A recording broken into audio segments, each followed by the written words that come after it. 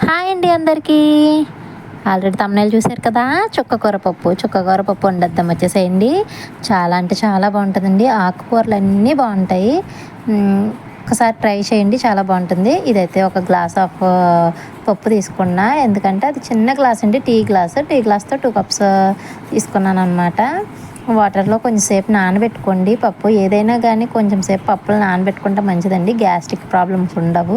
So నేను కొంచెంసేపు అయితే నానబెట్టి చుక్క కూర కాడలతో సహా వేసేసుకోవచ్చండి, ఎందుకంటే లేతగా ఉంటుంది కదా. లేతగా ఉందో ముదురుగా ఉందో మీకు అర్థమైపోతుంది పట్టుకుంటేనే. నేను తీసుకున్నవి చాలా లేతగా ఉన్నాయి కాబట్టి నేను కాడలతో సహా వేసేసుకుంటున్నాను అనమాట. నానబెట్టేసుకున్నాం కదా, కొంచెం శుభ్రంగా వాష్ చేసుకున్నాక కోసుకున్న ఆకుకూరని కుక్కర్లోకి యాడ్ చేసేసుకోండి. యాడ్ చేసుకున్న తర్వాత అందులో ఒక 4 పచ్చిమిర్చి వేసుకోండి, ఎందుకంటే కొంచెం పుల్లగా ఉంటుంది కదండి, గోంగూర లాగానే ఉంటుంది, ఇది కూడా పుల్లగా ఉంటుంది. ఇందులో ఒక ఆనియన్, పెద్ద సైజు ఆనియన్ ఒకటి వేసుకున్నాను. అండ్ ఒక టమాటో వేసుకున్నానండి. మీకు ఆప్షనల్, టమాటో నచ్చితే వేసుకోండి, లేకపోతే లేదు.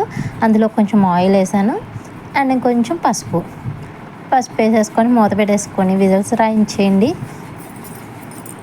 4 విజిల్స్ వస్తే సరిపోతుంది అనమాట. స్టవ్ ఆన్ చేసేసుకొని చక్కగా కుక్కర్ని పెట్టేసుకుంటే 4 విజిల్స్ వచ్చేటప్పటికి మనకి పప్పు రెడీ అయిపోతుంది అనమాట. 4 విజిల్స్ రావాలి, ఈ విధంగా అయిపోతుంది పప్పు.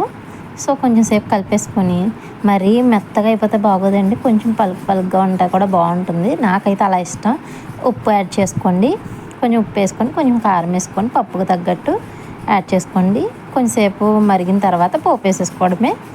Oil 2 tablespoons of oil వేసుకొని పోపు దినుసులు చూపిస్తున్నాను చూసారా, ఎల్లుల్లిపాయ, జీలకర్ర, కరివేపాకు, ఆవాలు, ఇవైతే నాకు పిచ్చి అండి. ఎల్లుల్లిపాయలు పిచ్చిగా తింటాను అనమాట, పప్పులో ఏంటి కూరలు ఏంటి. నా పిచ్చికి మీరు ఏం చేస్తారులే కానీ మీకు నచ్చినట్టు మీరు వేసుకోండి. పప్పు వేసేసుకొని అందులో యాడ్ చేసేసుకోండి. పప్పు సూపర్ అండి, అస్సలు పేరు పెట్టక్కర్లే, అంత బాగుంటుంది ఈ పప్పు. దీనికి స్టఫ్ కింద వడియాలు వేపుకుంటే బాగుంటుంది కదా. సో వడియాలు వేపుకొని శుభ్రంగా కడుపు నిండగా తినేయచ్చు. వీడియో చూస్తున్నారు కదా, సబ్స్క్రైబ్ చేసుకోవచ్చు కదా. ప్లీజ్ వీడియోని చూసి ఒక్క లైక్ వేసుకొని మంచి కామెంట్ పెట్టి సబ్స్క్రైబ్ చేసుకోండి. 1000కి దగ్గరలో ఉండి ఆగిపోయాము, కొంచెం అర్థం చేసుకొని మా వీడియోని లైక్ చేసి సబ్స్క్రైబ్ చేసుకోండి. Bye guys, thank you.